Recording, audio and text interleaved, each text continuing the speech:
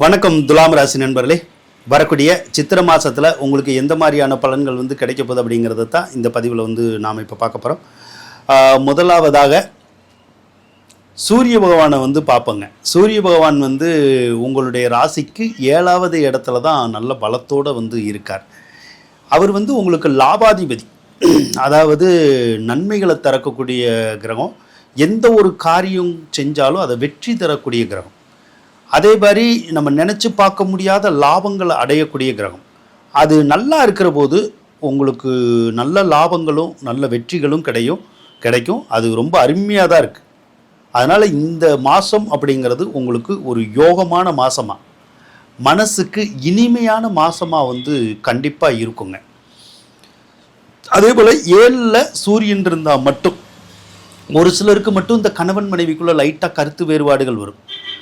அது ஒரு 1 மந்த் மட்டும்தான், சித்திரை மாதம் மட்டும்தான். அது எல்லா நாளும் இருக்காது, ஏதாவது ஒரு நாள் 2 நாள் அந்த மாதத்தில் அந்த மாதிரி இருக்கும், அவ்வளோதான். 7வது இடத்துலையே உங்களுக்கு சுக்கிர பகவான் வேற இருக்கார்.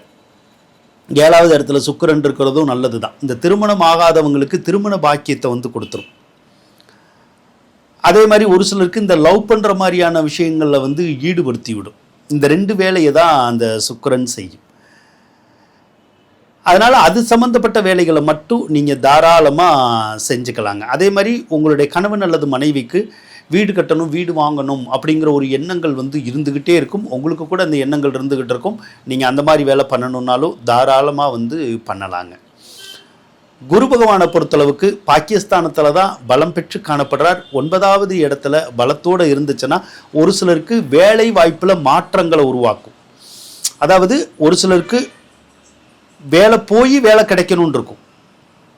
அதனால் வேலை நாமளே விட்டு விலகிற மாதிரி இருக்கலாம், இல்லைன்னா கம்பெனியிலேருந்தே வேலையை விட்டு நீக்கிற மாதிரி இருக்கலாம். எது எப்படியோ வேலை இழப்பு ஏற்படுறதுக்கான வாய்ப்பு இருக்கும். ஒரு சிலருக்கு வேலை மாற்றணுன்னா மாற்றிக்கிங்க. ஒரு சிலருக்கு டிரான்ஸ்ஃபர் மாதிரியான விஷயங்கள் ஏற்படும். அது நீங்கள் விரும்பினாலும் சரி, விரும்பாட்டியும் சரி, அந்த இடமாற்றங்கள் அப்படிங்கிறத, பணியிட மாற்றங்கள் அப்படிங்கிறத அந்த குரு பகவான் கொடுக்கறதுக்கு ரெடியாக தான் இருக்கார். அதனால் சிலருக்கெல்லாம் விரும்பின இடத்துக்கு கூட டிரான்ஸ்ஃபர் கிடச்சிடும். கடந்த காலத்தில் ஏதாவது ஒரு இடத்துல டிரான்ஸ்ஃபர் கிடச்சி கஷ்டப்பட்டுக்கிட்டு கூட இருப்பீங்க. இப்போ விரும்பின இடத்துக்கு கூட கிடச்சி மகிழ்ச்சி தரக்கூடிய ஒரு சம்பவங்களை உருவாக்கும் குரு. வெளிநாட்டு வேலை வேணும்னாலும் கிடைக்கும், வெளிநாட்டில் போய் படிக்கணுன்னாலும் படிக்கலாம், விசா வேணும்னாலும் கிடைக்கும், பிஆர் வேணும்னாலும் கிடைக்கும். அதனால் வெளிநாடு சம்மந்தப்பட்ட எந்த ஒரு வேலைக்கும் நன்மையை கொடுக்கக்கூடிய ஒரு அமைப்பில் அந்த குரு இருக்காருங்க. 11வது ராசியில் கேது இருக்கிறதும் எடுத்த காரியங்களில் நமக்கு வெற்றிகளை தேடித்தரும். 5வது இடத்துல ராகு இருக்கிறது மட்டும் புத்திர தோஷத்தை உருவாக்கும். இப்போ ராகுக்கு புத்திர தோஷம் உருவாக்கும் அப்படின்னு கேட்டால், புத்திரம் பிறக்கணும் அப்படின்னு நம்ம நினைக்கிறோம், அதாவது குழந்தை பிறக்கணும்னு நினைக்கிறோம். அது காலதாமதம் ஆகிட்டே இருக்கலாம். ஒரு சிலருக்கு பிள்ளை பிறக்கக்கூடிய யோகமும் இருக்கும். அது உங்களுடைய தசாபத்திலையும் குழந்தை பிறக்கணும்னு இருந்தால் கண்டிப்பாக பிறந்துடும்.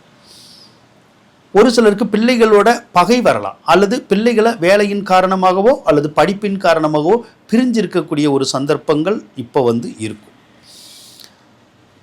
செவ்வாய் 6வது ராசியில் தான் இருக்காரு. 6வது ராசியில் செவ்வாய் இருந்தால் கூட பிறந்தவங்கனால நன்மை இருக்காது. அவங்க பேசுறது செயல்படுறது எல்லாமே நம்மளை தொந்தரவு பண்ணுற மாதிரியே ஏதோ ஒரு விஷயத்தில் நமக்கு தோணும். அதே மாதிரி ஒரு சிலருக்கு இந்த பாகவிஸ்தி போன்றவைகள் நடக்கக்கூடிய ஒரு யோகம் இப்போ இருக்குது. அதை பண்ணணும்னா பண்ணலாம்.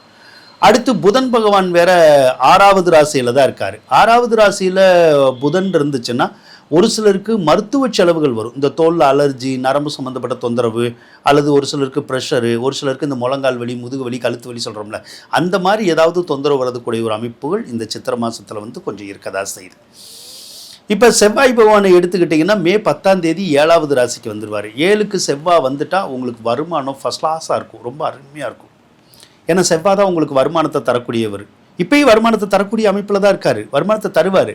ஆனால் வருமானத்தை தந்தாலும் நம்மளால் அதை கையில் வச்சு சேவிங்ஸ் பண்ணியெல்லாம் பார்க்க முடியாது.